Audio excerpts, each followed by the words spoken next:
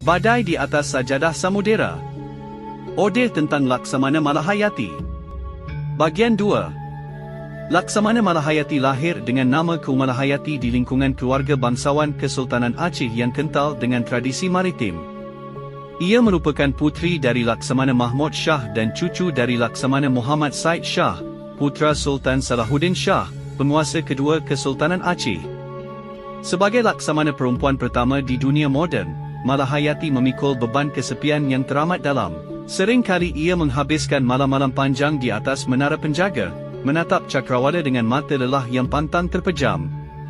Kesengsaraan fisiknya, diterpa angin asin yang membakar kulit dan terik matahari yang memanggang raga, hanyalah butiran kecil dibandingkan beban tanggung jawab menjaga kedaulatan Aceh dari monster kolonialisme. Setiap kapal asing di ufuk adalah ancaman bagi martabat bangsa. Ia adalah perisai yang tak boleh menunjukkan retakan sedikit pun. Dalam kesunyian malam, ia hanya ditemani rencong, syalawat, dan doa kepada Sang Pencipta, memohon agar punggungnya cukup kuat memikul nasib rakyat yang tergantung pada setiap keputusannya di atas kapal perang.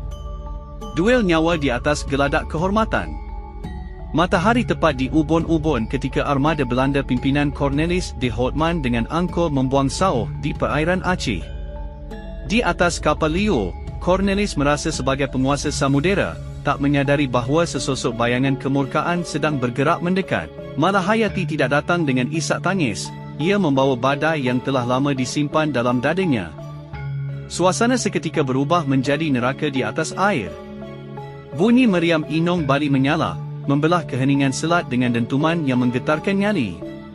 Malahayati, dengan rambut tertutup khimar dan mata menyala bagai api bagi penjajah, melompat ke geladak musuh. Di tangannya, sebilah rencong perak berkilat, haus akan keadilan bagi darah suaminya yang telah tumpah.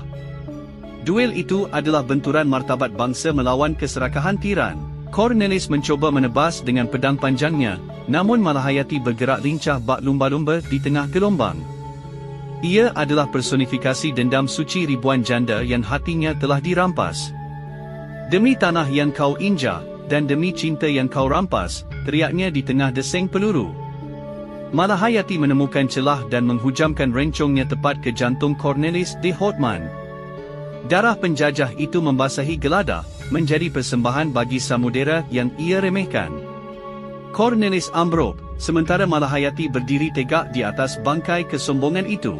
Kemenangan itu sunyi, ia membuktikan bahawa raga wanita Aceh adalah benteng yang mustahil ditembus besi penjajah.